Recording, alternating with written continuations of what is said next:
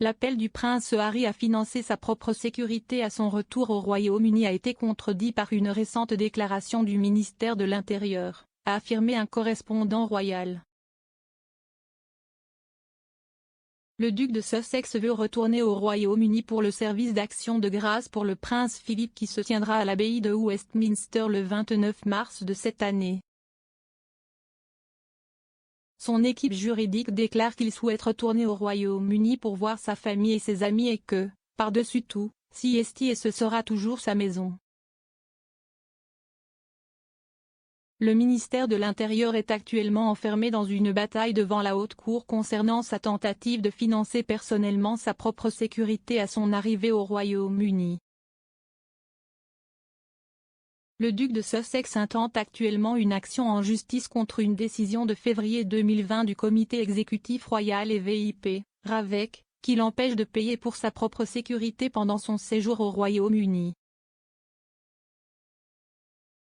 Mais il y a maintenant un écart entre le prince Harry et le ministère de l'Intérieur concernant son affirmation initiale selon laquelle il voulait financer sa propre sécurité. Matt Wilkinson, correspondant royal du Sun, a tweeté, le mois dernier, après que le Mail on Sunday a annoncé l'histoire, un porte-parole de Harry a répondu, le duc a d'abord proposé de payer personnellement pour la protection de la police britannique pour lui-même et sa famille en janvier 2020 à Sandringham. Cette offre a été rejetée. Cependant, M. Wilkinson a ensuite déclaré que le ministère de l'Intérieur avait des paroles fortes en réponse aux affirmations de Harry selon lesquelles il financerait la sécurité privée.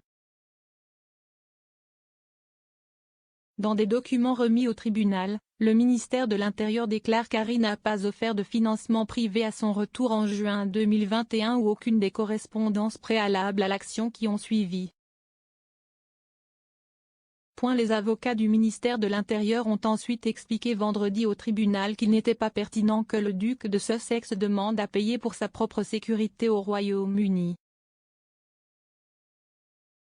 Robert Palmer QC, agissant pour le ministère de l'Intérieur, a déclaré « La sécurité de protection personnelle par la police n'est pas disponible sur une base financée par le secteur privé. » RAVEC ne prend pas de décision sur la fourniture d'une telle sécurité sur la base qu'une contribution financière pourrait être recherchée ou obtenue pour la payer. Le ministère de l'Intérieur a également affirmé que l'offre du prince Harry de financer sa propre sécurité à son retour au Royaume-Uni n'était notamment pas avancée à RAVEC au moment de sa visite en juin 2021.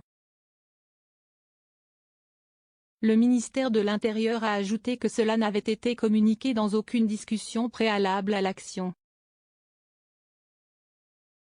Ils ont ajouté que la protection policière n'est pas à vendre au Royaume-Uni. Le duc et la duchesse de Sussex ont perdu leur protection policière financée par les contribuables au début de 2020 lorsqu'ils ont quitté le travail de Royals pour la vie privée aux États-Unis.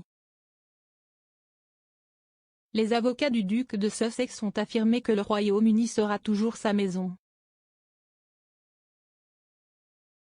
Cependant, les représentants légaux du prince Harry ont ajouté qu'ils ne se sentaient pas en sécurité avec les dispositions de sécurité actuellement en place.